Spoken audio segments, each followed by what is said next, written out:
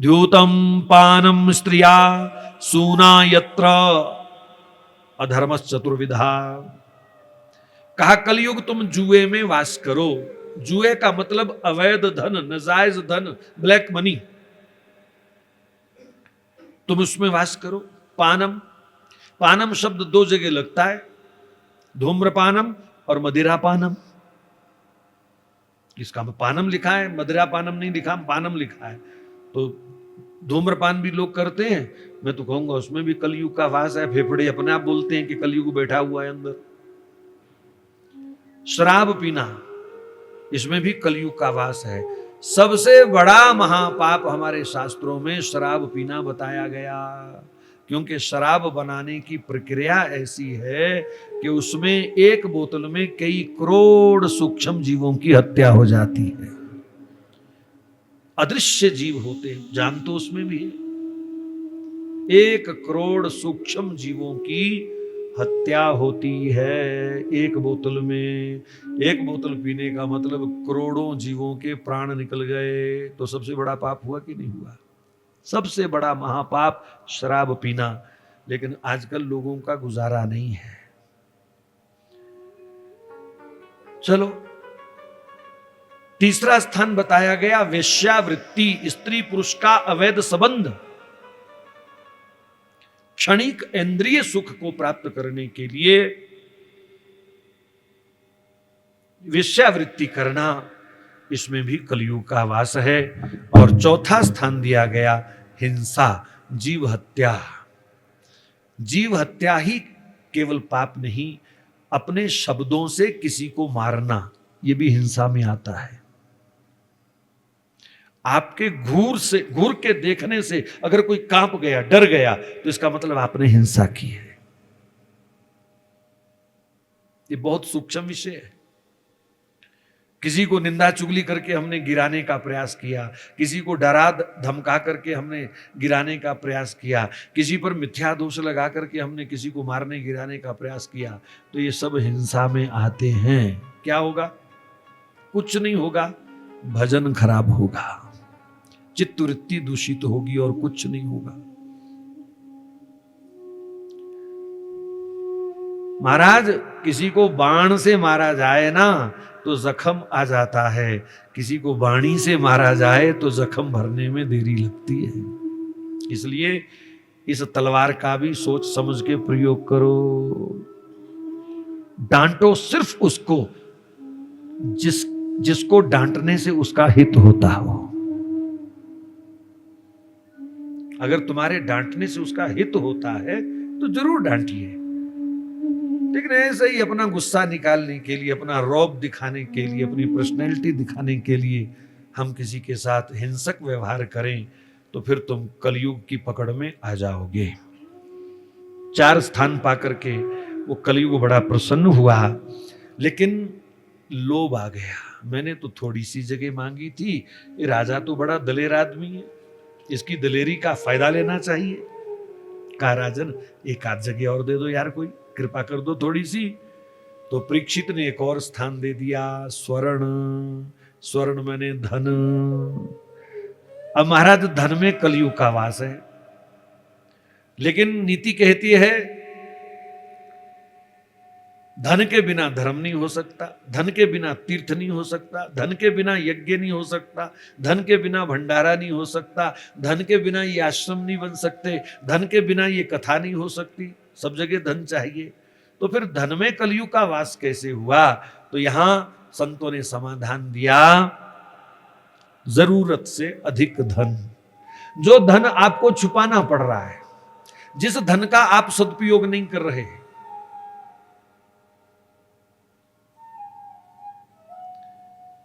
एक सज्जन से हमने कहा भैया एक गौदान कर दे, 51,000 रुपया गौशाला के काम आ जाएगा। कम से कम 10 साल हो गए होंगे। अब जब भी मैं भी छेड़ता हूं उसको, गौदान के लिए आपने बोला था, विचार करेंगे, विचार करेंगे। हर बार उसका यही जवाब होता है, विचार करेंगे। और मुझे पता है ये देने वाला नहीं है, और हम ऐसे ही छेड़ देते हैं उसको, भैया वो आपने संकल्प किया था एक बार। हाँ हाँ मेरे को याद है, विचार कर रहा हूं, विचार कर रहा हूं। अभी तक उसका विचार नहीं बना। और सुनने में आया कि उसके बेटे की शादी हुई तो 1 करोड़ रुपया उसने ऐसे ऐसे करके लुटाया, नोटों के बंडल उसने लुटाए। ये है कलयुग का वास। 51,000 गौमाता के देने के लिए 10 साल से जान निकल रही है। हमें देख के वो रास्ता बदलता है।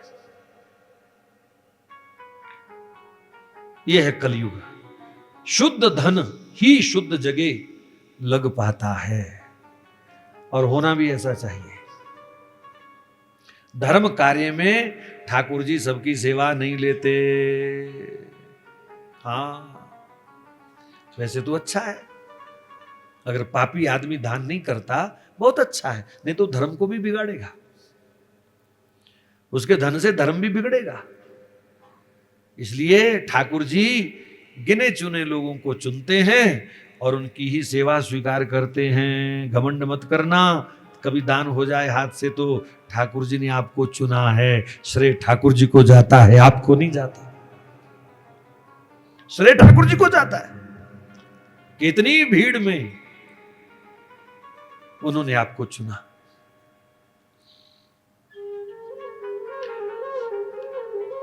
शुक्ताल में जब कथा हुई ना, तो एक फक्कड़ से महात्मा पीछे बैठे रहते थे।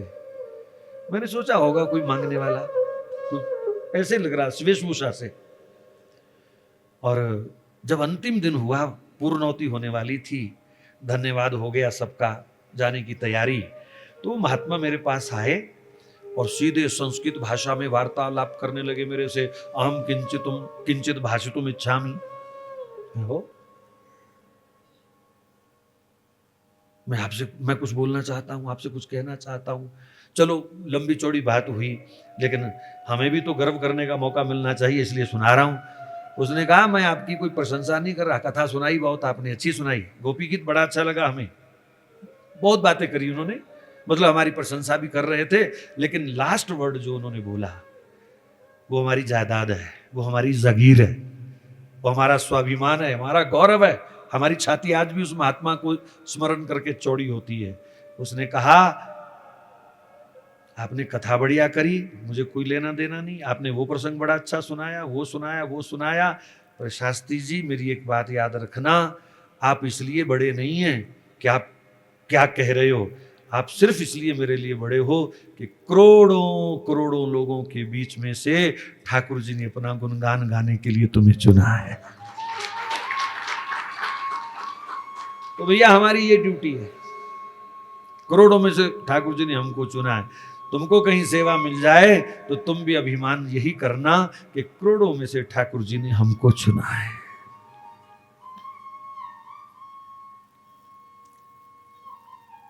तो ये दान का बहुत ध्यान रखें, धन का सदुपयोग हो। कभी भी मौज मस्ती पे धन खर्च मत करना, शरीर नश्वर है, इसको राजी करने की ज्यादा चेष्ट मत करना। जब भी तुमको चैन की नींद आएगी सज्जन, घर पे आएगी, बाहर नहीं आएगी। अगर हिल स्टेशनों पर तुमको बड़ा सुख मिलता है तो फिर वापस घर क्यों गए, तुम वहीं रहते। अगर होटल में खाने में तुमको बड़ा आनंद आता है तो घर में रसोई सिलेंडर क्यों रखा है, रोज वहीं खाया कर जाके। अगर ताज होटल की व्यवस्था बहुत अच्छी है तो तुम ताज में ही रहो ना जाकर के, घर में क्यों आते हो वापिस। इसका मतलब पूर्ण सुख ठाकुर जी ने तुम्हारी कुटिया में ही तुम्हारे लिए व्यवस्था रखी है। बाहर के झमेले में, तामझाम में अपने मन को फंसाने की कोशिश मत करो। ये गंदी आदत लोक भी खराब करेगी, परलोक भी खराब करेगी।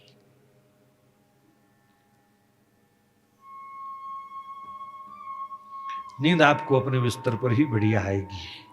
अस्तु, तो धन में तुम वास करो। 5 स्थान हो गए। अब परीक्षित कितना तपस्वी है, राजा है। महाराज कथा में लिखा है कि अपने तपोबल से परीक्षित ने बैल के कटे हुए 3 पैर जोड़ दिए जी। गौ माता को साष्टांग प्रणाम किया, हे गौ माता, मेरे राज्य में आपको कष्ट मिला, मुझे क्षमा करो। और गाय बैल दोनों चले गए। परीक्षित अपने घर आ गए। अब कलयुग बड़ा खुश था कि मुझे 5 कोठियां मिल गई हैं, 5 बंगले मिल गए। अब तो मौज से रहूंगा, एक दिन इधर एक दिन उधर, एक दिन इधर एक दिन उधर।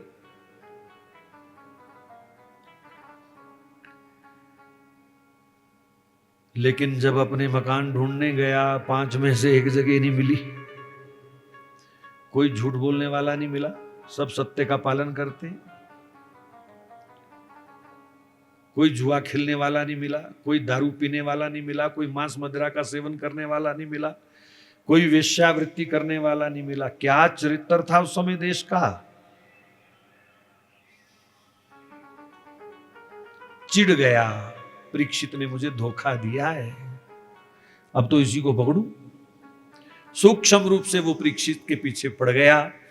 और आप प्रसंग जानते हैं, ये वाला ज्यादा विस्तार नहीं करूंगा इसका समय में। वो परीक्षित के पीछे पीछे साया बन के घूम रहा था और अचानक परीक्षित के मन में विचार आया, ये कलयुग का ही प्रभाव था, कि चलो देखें खजाने में माल कितना जमा हो गया।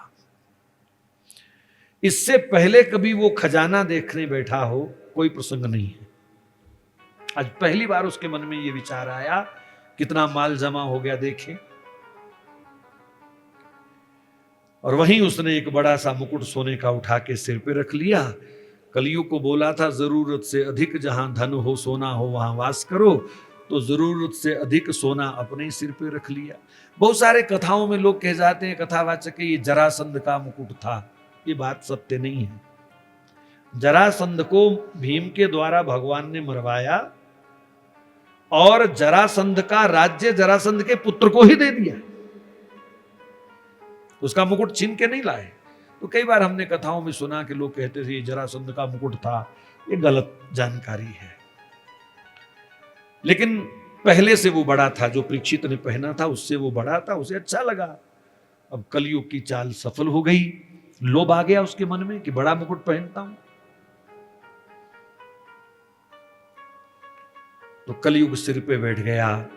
सिर पे बैठने का मतलब उसकी बुद्धि में, उसके विचारों में कलयुग का प्रवेश हो गया। एक जगह उसको मिली, दूसरी उसने उसी क्षण बना ली। चलो आज शिकार खेलने चलते हैं, जीव हत्या।